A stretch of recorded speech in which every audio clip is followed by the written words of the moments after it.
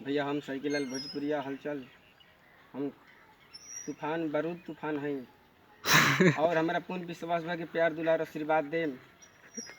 देखी कैसन ई जुग आइल बा, तेल के राशन डीलर लोग नहीं खन दे, तेल के राशन डीलर लोग नहीं खन देत और खुद हम कोई यहाँ तेल लियावे खातिर तो बढ़िया से कर तेल नया राशन कार्ड पर तेल ना मिलेला।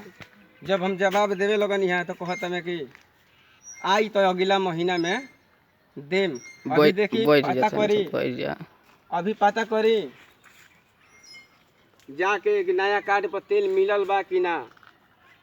हम पूरा भोजपुरिया भैया लोग के हार्दिक हार्दिक अभिनंदन करतानी और हमारा पूर्ण विश्वास बा कि प्यार दुलार आशीर्वाद देम वीडियो से। और कोटा के भी चाउर पेट पलात मारतानी काहे कि डीलर लोग इतना पैसा हो जाता चाउर बचाई के अंगूठा जहाँ नहीं खे लागत तो पैसा चल जाता भुअर भाई मोदी जी के खाता में ना हो। ई पैसा रंग करता लोग, इहे पैसा बा कि अपन बिल्डिंग बनौले बनन जा आ गरीब लोग के राशन नहीं मिलता है, कुछ नहीं होता है। ऐसा ऐसा जुग बा ना हो, टाइगर ना मिलेला। लाइक शेयर सब्सक्राइब करम और वीडियो के इतना शेयर करी कि मोदी जी के पास चली जाए। और हमें कह रहे एगो गाना हम सुनावा तानी, डीलर लोग के करे के बाद भैया चुनौआ हो,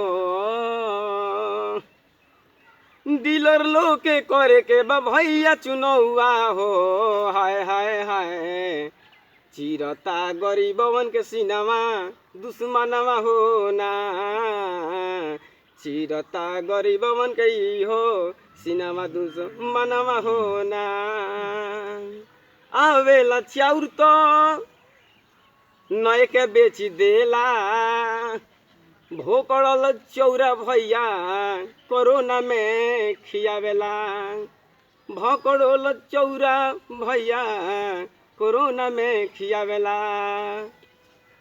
ई गाना के हम ट्रैक दे दिले बानी, ई गाना आ जाई और हम साइकिल लाल भोजपुरिया गायक बारूद तूफान और भुअर बने ड्राइवर हमें ट्रैक्टर के ड्राइवर हमारे के पुल गाड़िए के ड्राइवर हम कोनो गाड़ी बाकी नहीं है।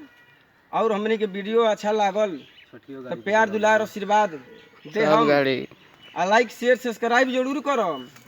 और लोग हम सपोर्ट में बानी और गरीबी खातिर कलकारी करतानी और ना होके तजमा के देखी और ना होके खाली टकरा के देखी और फिर भी एक खातिर बहुत बहुत आभारी बानी। हमारा तरफ से हार्दिक हार्दिक अभिनंदन।